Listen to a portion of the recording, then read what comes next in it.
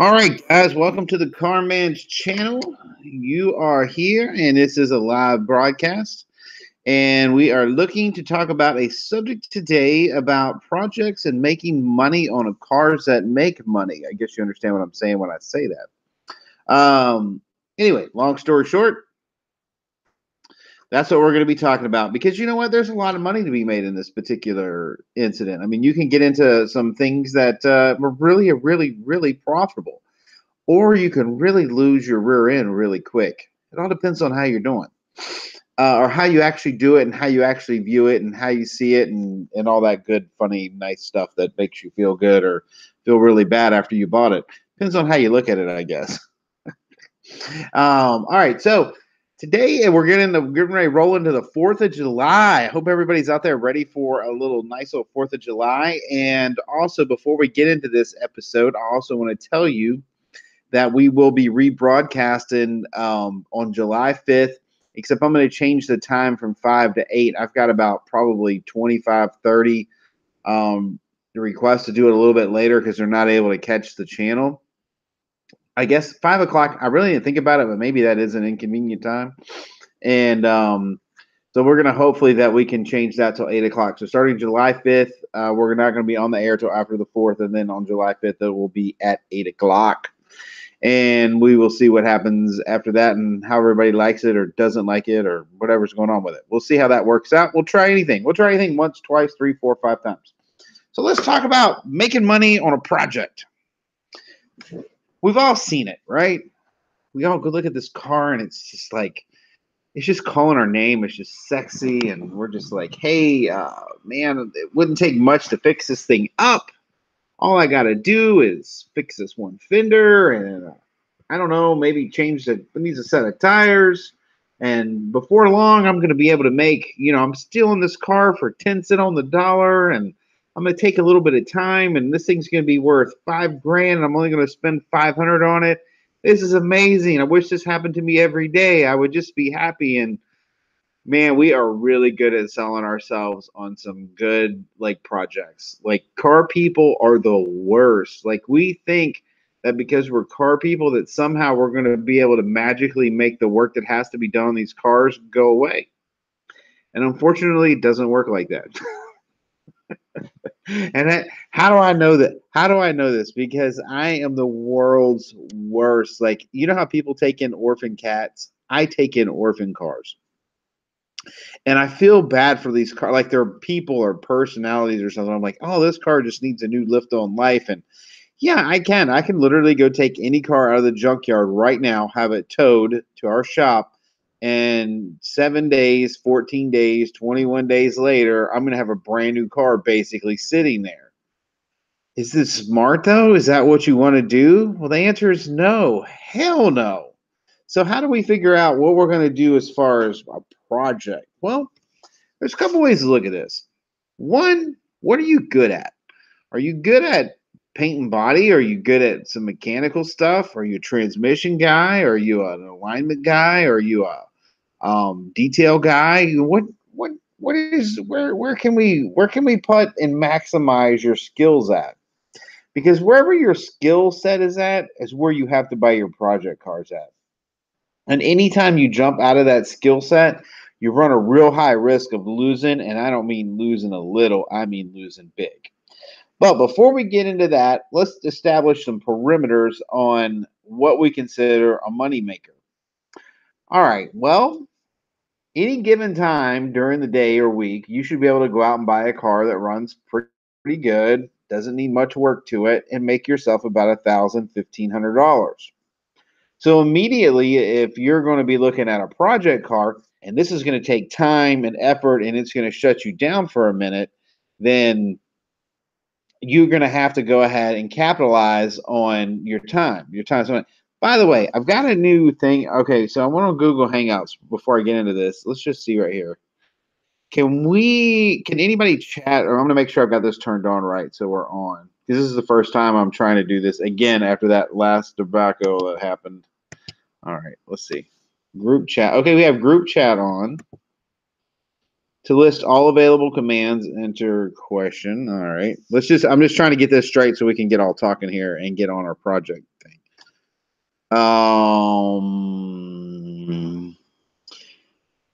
Okay, move focus to chat. Okay, all right. Well, you know what? It looks like it's already on. I'm gonna put something on there just to see.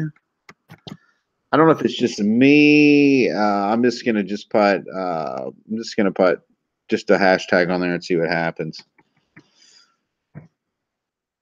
Okay, all right. Apparently it works. All right, somebody else needs to put something in there so I know that this thing is working. So I know that we're clear and cool. All right. So back to we're gonna hashtag our car to fix it today. We're not gonna worry about anything. All right.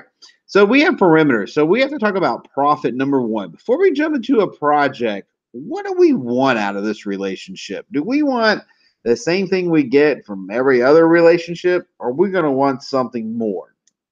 My guess, or the way I personally see it, is I need to have more. I've got to have more money. I've got to have something to equivalent my time. So how do I figure this out? Okay, well, all right. And this is hard to do because we know that there's free money sitting there because we're buying it cheap, and we're like, I got to get it because it's free money. But we've got to be realistic with ourselves, because there is some factors that are going to go into this that will burn you so hard if you don't pay attention to what I'm telling you. All right. So we know that on our normal car, we have to make $1,000 on it. So I'm just going to go with my turnaround times, and your turnaround times could be, depending on what your schedule is and what you have available. But here's the way I see it: when I buy a car, if I bought it on a Monday, that car has 3 days, and I'm no longer in love with it. It has 3 days to be for sale, period. I don't care what the excuse is. I don't care what, and that's my guys. They all know it. When I get a car, it comes in. We have 3 days. That's it. I don't want to hear BS. I don't want to hear stories. I want the tires right. The tire pressure better be good. The gas better be in the car. It needs to smell good. It needs to look pretty. It needs to be for sale. Period. Now, you're like, oh, dude, that's hardcore. Yes, it is hardcore, but that's how I run my business. Now, the reason I have to do it like that is because I understand what happens if it's not ready to go for sale. And here's what happens. We know that we put 3 days into making a car ready to run, and we know that we're going to average about $1,000 per car on the 3-day run. And we can quickly figure out that that's $333 per day profit that we're anticipating that car to make us. Now, every day that goes past that we're working, I'm not saying for sale, but we're working on it, adding to it, that number goes down. So if I buy a car that I think is going to be worth $1,000 profit, let's just say somebody gave me a car for free. I'm just starting out at free. But the car is going to require 5 days, or better yet, just to make it simple, let's just make it a real project. It's going to be 10 days before I can get this car for sale. All right, but the car's only worth $1,000. So now everything's running at $100 a day. Well, we know that any given day of the week that our shop should be making $300 to $500 a day, or that's what you need to be averaging per car that your hands are on. So if you're smart, you'll have multiple cars going on at one time and have them all up. Because see, once they're for sale, you can't really control when they actually sell, but you can control when they come for sale. And coming for sale is the secret to making money in the car business. It's all about the turnout and the turnaround. We know that they'll all make money at some point, but the question is how much can you survive the math behind waiting for the project to get done? Well, the answer most definitely most of the time is you absolutely can't survive it. So the way I see it is this: I put a numeric number to each day that a car is with me. So at the end of 3 days, I'm looking at taking a loss, saying goodbye to the car, and or can I convince myself another 2 or 3 days? Because I know mathematically it does not go in my favor past the 3-day mark. Now, your particular situation, you may not do it like we do it. You may have, you may be on a smaller scale or a bigger scale. So you may have a 24-hour turn, or you might have a 5-day turn, 8-day turn, whatever your turn is. You need to go with that math. So once we figured it out, I'm just using my personal one. But if you go with that math, you can quickly see how a project car will or will not factor into whether it's going to be profitable. And that's just the beginning of the projects. All right, so now we have to factor in variables in project buying. What are the variables? Does it run? Can you drive it? All right, so you can have a project car that runs that you can drive. And that way you can kind of isolate what your exposure factor is on what's out there or what's not out there as far as going to be biting you in the butt. I'm going to assume our chat is off because I'm not getting any chat at all. Hang on, let me see what this right here does. Hold on, what does this do? There's one called cameraman, screen share, chat. Okay, so I guess I don't know, group chat. I'm not sure how group chat works. If anybody actually sees how that works, let me know. All right, I just got some emojis here. Not sure what they do. Oh, nothing.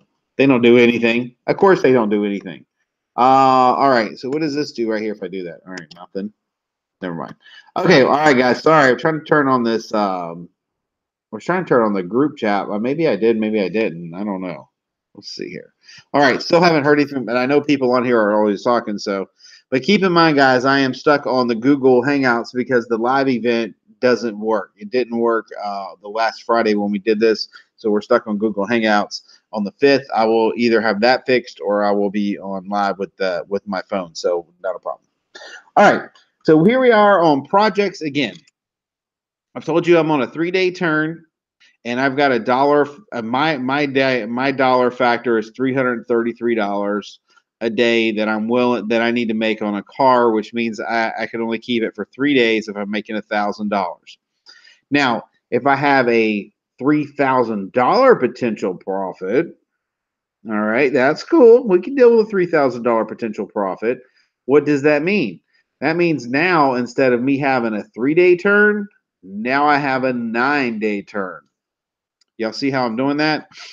So now I look at the car because I'm going to maintain my 3-day $1,000 profit because that's what I have to do. I'm not sure. Okay, never mind. This is unrelated. This is somebody else popping up on our channel that doesn't matter. All right, let's just forget that. Okay, so I'm looking at the $3,000 profit, and I'm going to spread that $3,000 over 9 days. I can do that. Or if it's a $10,000 profit, you see how I'm doing it. So what you do is you figure out what your gross profit is on a normal car and how long it normally takes you. And this is the restrictions you have to put on yourself. You cannot go past that. If the car is going to take 6 days and only make you $1,000, and your normal cars take 3 days to make you $1,000, you can't buy the car. Or you're going to have to buy it to where it can make you $2,000. And that's the rule you got to live by. You got to live by what's fair to you, because if you don't, project cars will kill you. Now, back to what I was saying as far as, okay, buying one that rides and drives. Okay, I'm okay with one of those because, and I'm basically right now, we're talking about maybe an interior redo, maybe something mechanical, but it's still riding and driving, and you can isolate it. Maybe it's a wheel bearings, maybe tires are out of tow, something like that. Something crazy going on that you can get done. It's a little bit of a project, but you're riding and driving it. And even though it does have issues, you can physically tell that you don't have issues past that point. I'm okay with that. So let's talk about buying projects that you can't hear run.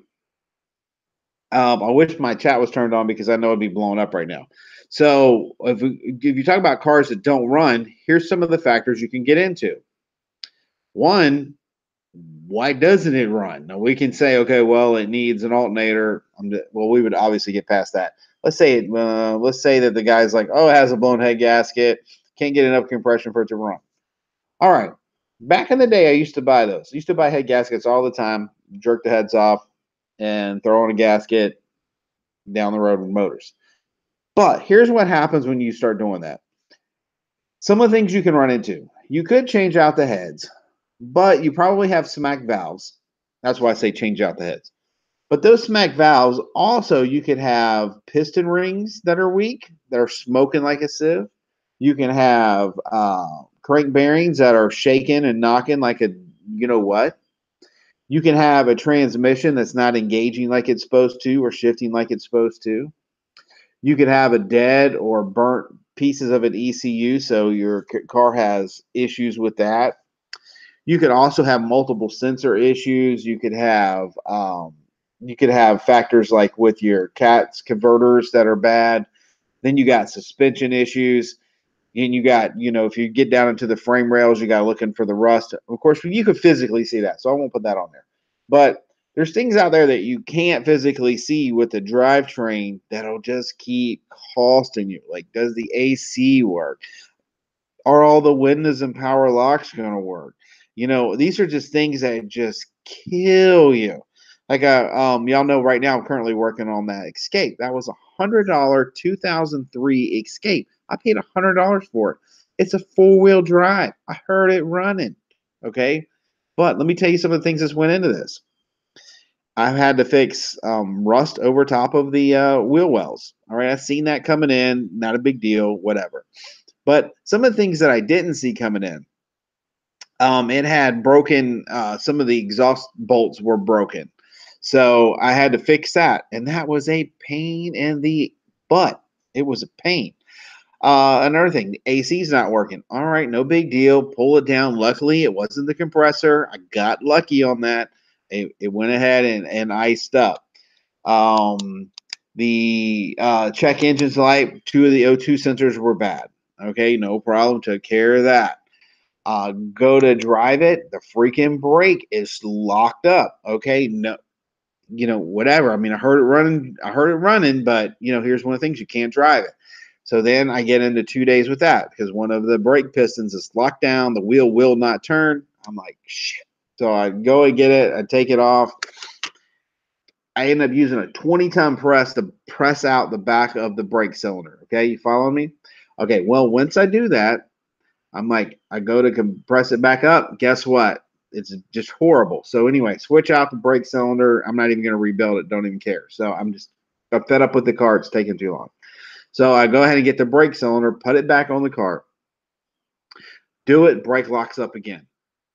And what it was actually, which it takes a second to know, and not that this is getting off the beaten path, but so the brake line itself is caving in on the inside, so it creates a check valve. So when the brake go ahead and expands, it doesn't allow it to come back, and that's what the lockout was. So I mean, here we're sensors down, we're brakes down, we're exhaust bolts down. The interior is nasty as you know what. So I had to fix that. I've got some rust issues, a couple. I mean, not real serious, just a little bit on sheet metal. And then I had paint missing off the top. Then I had a jacked up hood, so I had to switch that out. So all these little things keep taking time. Now I ran out of. I'm doing other stuff too with real cars, so I do these projects for YouTube. But the point is here's a car that I have $100 in that ran. And it's a loser. At the end of the day, it's going to make $1,500, maybe $2,000, maybe. And it's a running, driving car. Doesn't run bad. Runs quiet. AC's cold. Still pretty nice car. But because of the time, because I had to go get hoods, because I had to go get knobs, because I had to do interior stuff, because I had to do brake stuff, because I had to do sensor stuff, and on and on and on and on this story goes. And even though, because this is one I don't have my guys working on, this is something I'm working on for the sake of video. So for me, it'll actually work out because the videos go into syndication and on it goes. But for the average guy sitting out there, he would look at a $100 car and be like, hell yeah, it runs. It's a V6. It's an all-wheel drive. Yes, yes, yes, yes, yes. It's an 03. But I knew when I bought this car, I was like, this is too big of a project. I don't want it. And it's like, well, Carman, you're going to make money. Yes, I'm going to make plenty of money. I'm going to make $1,500, $2,000 and I'm only going to have maybe $200, $250 in it. All this stuff is just manual labor. It's not like it's expensive. It's just manual labor. And it's time. But time is what I don't have. I got everything, but I don't have time. So my time in this car now, this car is going to make me nothing. I guarantee you. I got this car, brought it in 30 days ago. Granted, I didn't work on it the whole time. But I guarantee you I'm going to have, theoretically, I'm going to have 10 days in this car. Maybe 12. Maybe even more. I don't know. Maybe 12, 13 days. I didn't keep up with it because it just pisses me off. But no matter what this car sells for, I lost money. You follow what I'm saying? Because I could have simply brought in the time span that I've had this car, I could have brought in 5 cars, done an eighth of the work, flipped them out, and myself, I would have already been up 6 to 8 grand. Why I'm dicking around making $1,500? You see what I'm saying? This is the point of where I'm trying to go with this, and this is what you got to look at on projects. Projects will just eat your lunch. That's why the junkyard is full of really nice looking cars. Down here, you can go into Chesterfield Auto Parts tomorrow, and you're going to go find cars that are 5 to 10 years old. You'll find older ones too, but I'm just saying you could find them. And you're going to be like, damn, this is nicer than what I'm driving because they are project parts and people don't want to pay to fix them. So don't be the guy that gets caught in the trap. Stay with what you're good at, stay with what you're comfortable with and what you have a resource for. Like if you're a paint guy, God love you, go get some graffiti marked up car that's scratched up and dented up and get to work on it. But don't be a paint body guy and go get a bad transmission. And if you're a transmission guy, don't get a car that's got the back end knocked out thinking you're going to find somebody to do the work for you because you're not. And even if you do, it's going to cost you more than it was worth to start with. So that's my advice on project cars, my friends, because I understand how to lose money super fast in the project game. But I also understand that if you could buy, and I do this a lot, like same car, Escapes. I can't tell you how many Escapes that I have bought with a collapsed PCV valve that people cannot make run right. It's literally a $5 fix. It's the hose that comes off the back line and it goes right into I've got videos on it, and it goes right into the PCV system. It collapses, causes too much air. The car hiccups, acts stupid. It's crazy. You replug the damn thing up, put a new PCV valve in it, and you got a car that runs great. That's a project car, technically. So if you're buying it like on that level and you know what's up, and Chrysler's the same way. They got bad PCV valves. I'm just throwing this one out here because they're a great resource to buy cars that are messed up. Now, if someone tells you what's wrong with a car, it doesn't necessarily mean they even know what's wrong with a car. What you'll find out there when you're trying to buy project cars, hell, and I'm not worried about what they're telling me is wrong with it. I'm worried about what I can't find out what's wrong with it. I mean, that's really what the project, and I can't tell you how many times that happens to me. It happens to me every time I hook up into a car that I'm not expecting. I'll give you an example. I have a friend of mine that sold me a car, and it was I don't want to get too specific because they will know what I'm talking about. But anyway, they gave me a bad diagnosis, and it came from a professional shop. The bad diagnosis came from a professional shop. No problem. I just bought the car sight unseen. Who cares? I mean, I figured it's at the shop. I know him. Everybody's cool. I mean, I know it. But as it turns out, I go get the car home, and it's supposed to have a really bad injection problem with the injectors. They burn out, blah, blah, blah. Anyway, so I put my scope on it. I'm listening to it, and all the injectors are hot and alive. Okay, no problem. This is a late model car, nice, and it does have a dead miss to it. So within seconds, I'm like, damn, that's not the problem. So they told me that's what the problem was, but that wasn't the problem. So in this particular case, I went ahead and I put I checked the coil pack. It turns out I put a timing light on each one of the spark plugs. The number 5 is dead or it's just dead. So I know immediately it's a coil pack, $50. Boom. So here's a car that I took as a project, flipped out the $50 coil, and life should be good. And it pretty much was, except for the other few little problems that you didn't realize was going on. One, when I bought it sight unseen, I didn't realize the windshield was busted. Another $200. Then I turn around and I get into a wheel bearing. Another, it's not expensive, but it's just a pain in the ass. And then the detail on the thing was horrendous. So so all these things start getting in the time. And if you pay attention to what I'm telling you, the things that were wrong with this car, none of it was disclosed because the thing that was wrong with it wasn't even wrong with it. And that's what you get into project cars. But the more experience you get, the more you can monopolize on that. That particular vehicle did pretty well with, even though it went a day over what I was expecting. And that's just, but I expected that to be no less than a 6-day turn on that car. And we actually got it done faster than that and way under budget for what I thought it was. So there's plenty of money to be made in project cars, but you kind of got to start finding the little niches of what's wrong with stuff and getting comfortable with that. And how you do that is like if you get familiar with a particular type of car in a niche, like I'm just throwing something out there. Let's just pretend you were comfortable with Toyota Corollas, and you, or better yet, let's just say like Chrysler minivans, and they're particularly known for bad coil packs. Well, if you get kind of known what they're known for, then you start looking up what they're being advertised for and what people are describing wrong with them. You should be able to connect the dots and therefore get you a little bit of profitability when you're rocking and rolling. Hopefully, that's what the goal is. And you know, you can start just doing that across the board, like Jeep Liberties. We talked about this, our favorite and worst cars out there, and like Jeep Liberties have a thing where they have the 3.7s and 4.7s have tensioners that slap.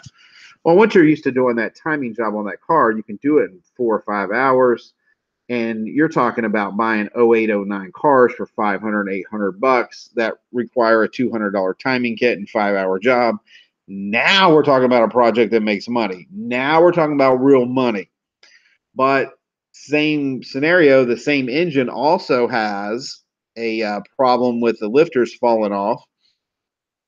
And when it does, it sucks the valve seat in and it causes it to start knocking because the piston's going to start slamming on the top of the valve seat, which sucks. They all do it. The only way you fix it is replacing the head. Whole different ball of crap. So there's the same car, two different, very different projects. Both of them can be fixed. Both of them can be fixed for almost the exact same amount of money.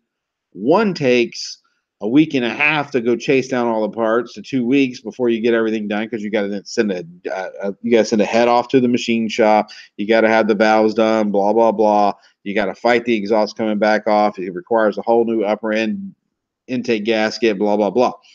Whereas the other one, if you know the difference and you can get into the tensioner slapping, the tensioner slapping is awesome because now you're 205 hours in to make the same profit that you're going to make for one that takes 2 weeks to fix.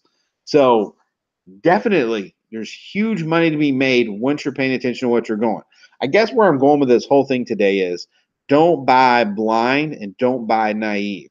Like fully know what you're buying. And if you can't hear it run, guys, here's just how I do it. And you do it how you want to. If I can't hear it run, as far as I'm concerned, I don't give a if it's a 2018. If it doesn't run, it's a junkyard car. That's all I care about. Don't tell me all it needs is this. You know, the best things you ever see on ads is, oh man, it ran great till the engine blew up. Well, like no shit. You're joking, Mr. Captain Obvious. Of course it did. But you know what they don't tell you is the engine blew up because they didn't change the oil, but they also didn't take care of the transmission, and they also drove the livid piss out of it. So the suspensions wore out, and this is how you got to look at it. So are you taking a shot on a car with a bad timing and you're a mechanic? Okay, no problem, no problem. It's $100 car. If it's a piece of junk, call it what it is. Own it. Don't let them sucker you into it. Don't let them convince you that it's some great whatever. No, it's nothing. It's nothing but a junkyard car. If it doesn't run, that's what it is. And you need to get that in your mind. And as soon as you get that in your mind, you can move forward in life as far as making profitability on cars. Because there is no magic bottle that says that, okay, well, every fifth one, you're just going to be able to spend $100 on and get it fixed. No, you got to assume everything's wrong with it. And don't even slot your time for it. If you buy a car that doesn't run, it doesn't get your prime time. It gets your time when you have nothing else going on. Then you stick a battery in it. Then you start playing with it. It is not your primary car. It will put you out of business. It will bankrupt you. Period. In the story. Just helping a brother out. If you need some help with that, maybe you don't. Maybe you do have like a magic ball. Now, of course, the other scenario that this is where you really got to be good with people. Because if you're dealing with somebody that's pretty straight up with you, and you can see like they have a current inspection and they were running down the road and everything was good, and something happened and it was towed in. Well, you know, if that's the case, and most of the time it's either, if it's not the timing chain, which you can figure out in about 5 minutes, then it's going to be like a crank sensor or something like that. you know, you could work with either one of those if you know the car. If this just happened yesterday, like if it just happened yesterday, and you know it just got towed in, and you can pretty much verify what they're saying. Um, okay, I'm willing to take a shot on that. If I see coolant anywhere, I'm assuming a bad head gasket and a top end job. Don't even try me. I'm not even going there. Like I'm gonna assume you drove the crap out of it and melted the heads, and you melted the head so bad the valves fell out, and then the pistons knocked them out through the roof. I mean, that's just how I see it. I could be completely wrong, but you know, you could get lucky. But the thing is, you're going to get so unlucky so many times. You got to count on the one time that you are lucky. You need to be in that car for nothing, so it measures out for the rest of the times you're getting screwed. So I know I'm kind of talking your head off about these projects, but I really just wanted you to get an understanding that even though it seems like a free bag grab for everybody, at the end of the day, it's really not. I mean, it really is a tough scenario to try to make a living on ones that are dead soldiers. Just kind of back off of them. If you're pretty mechanically inclined, you can get one and you can isolate what's going on with it, and you know you can reasonably turn it faster than you would a normal car, and then you can turn around and buy it and maximize your profits on it. Yeah. I give you a perfect scenario. The other day, what was it? 12, uh, maybe, what's that little Nissan Versa? I think it was a Nissan Versa. Anyway, had pretty good miles on it, like 70,000 miles on it. Nice car. Interior brand new, exterior brand new, super nice. You know, no problem. She was missing second gear. Period. End of story. But you could drive the car everywhere you want. Of course, didn't have no power, but you could drive it anywhere you wanted. So anyway, at the end of the day, I ended up doing a deal with these people, and I'm like, what I'll do is anyway. At the end of the day, we ended up getting this car for $800, and they were literally going to send it to the scrapyard. Now, in that case, I probably could have beat them down to 500 or 300, but I was trying to be relatively fair because it was such a late model car. And the thing is, I was going into it wide open. I mean, I called ahead of time. I got a transmission coming in, blah, blah, blah. I wasn't going to have it rebuilt. I got a guy already set up, boom, boom, boom. I'm not going to get my hands dirty. But at the end of the day, I'm going to make one hell of a pop on this car. So, but of course, it costs some serious money to fix it. Those deals are okay, especially if you've got a guy, you know, that's a transmission guy, and he's going to take care of it. You're back to your business of buying and selling cars. You know what's wrong with it. You control the cost. You bought it, so you stole it. You're only waiting a couple weeks to cash out. Hell yeah, that's how you rock and roll. Same thing if it's got a locked up engine. You can get one for $800, $1,000, but you've got a $5,000 profit sitting there. You've got someone dependable you can get to do the work, not you, someone else, because we got to keep you buying and selling cars. You got to take it to them, let it happen. Boom. I'm with you. You got my blessings. Go and marry it. I'm down with it. If you're just stuck like a pig in a poke, you ain't got nothing. You're just guessing. You're hoping, maybe, sign that kind of, sort of, could possibly. No. The answer is no, no, no, no, no. Only by the devil you can see. If you can't see her, stay away from her. Just trust me on that.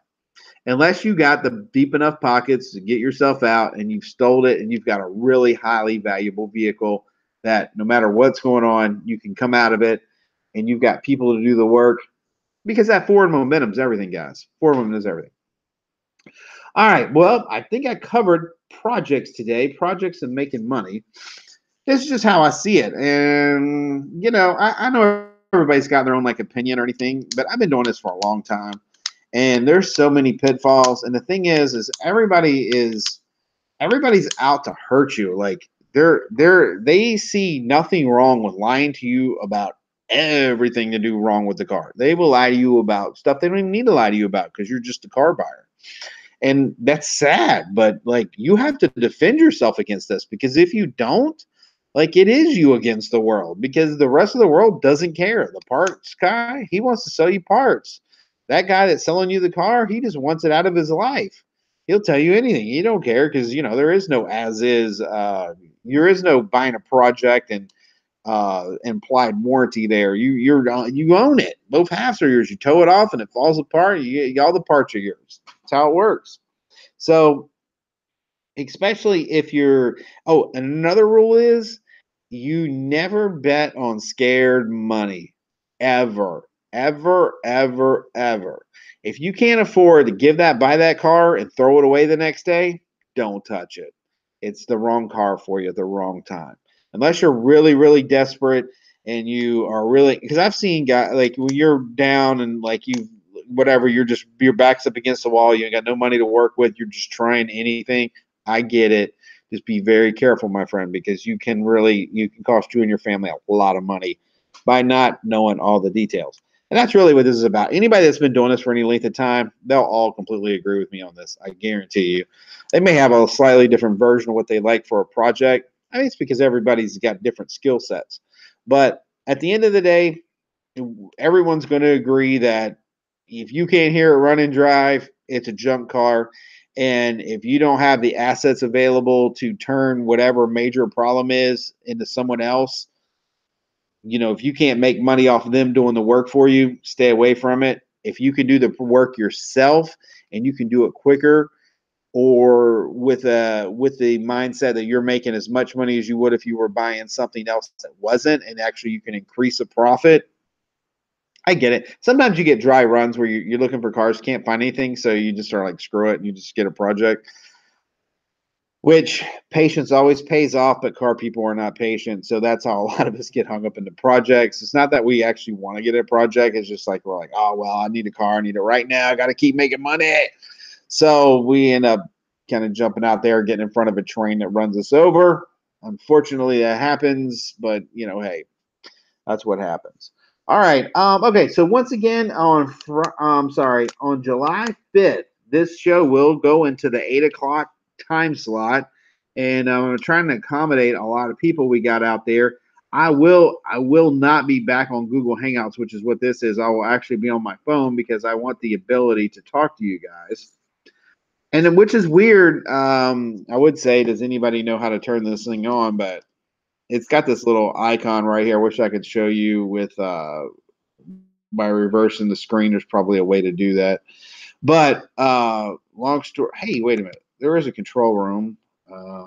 Doesn't seem to control much. It seems to control like volume and stuff like that, but nothing else. And then down here, links, nothing. All right. So I'm not seeing anything that's showing me how to turn the chat room on and rock and roll. But so I apologize for that. But the next go around, we definitely will have that going on. And then invite people. Can I invite people? I don't know if I can invite people or not. Screen share, I'm not sure what that does. Cameraman, not sure what that does. And then control room. Okay. All right. Yeah. So it says that we have chat. I'm tapping on it right now, and it definitely pops up, but no one's able to chat. So I don't really get why we can't chat, but whatever. All right. So 8 o'clock on the 5th, we will be 8 o'clock p.m. We will be broadcasting. We are in the Eastern time zone. I'm here in Virginia on the East Coast of the USA, the good old US of A, 4th of July. And by the way, we do support soldiers all over the place.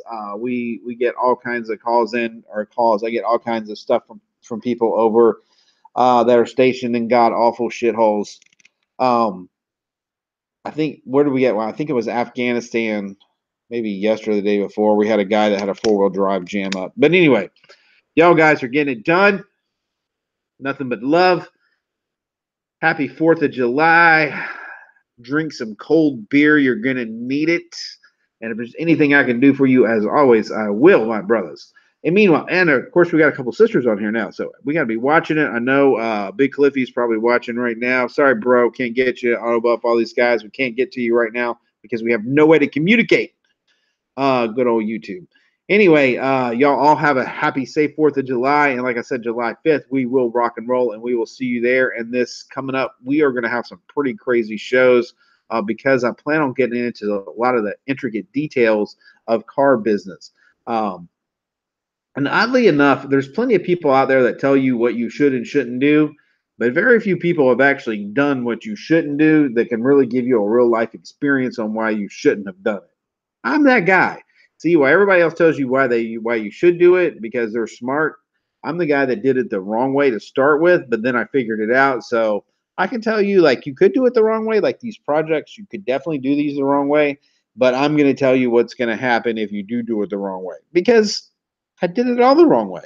I used to buy cars that were dead and be like, oh, I can just do this. And I would have them towed and blah, blah, blah, and just waste time and pay too much. And I've done it all. I've done it all the wrong way. So that's how I can tell you what not to do on project cars.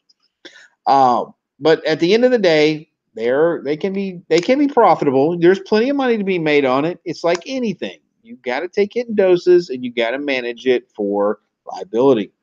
And you've got to expect it to make a profit, just like you would a normal car. It doesn't get a free ride just because it's a piece of shit you feel sorry for. You heard it first from the CarMan. Nothing but love from the RVA. Love you guys. This time I'm going to hit the stop broadcast and see if that actually stops the broadcast. 1, 2, 3, stop broadcast.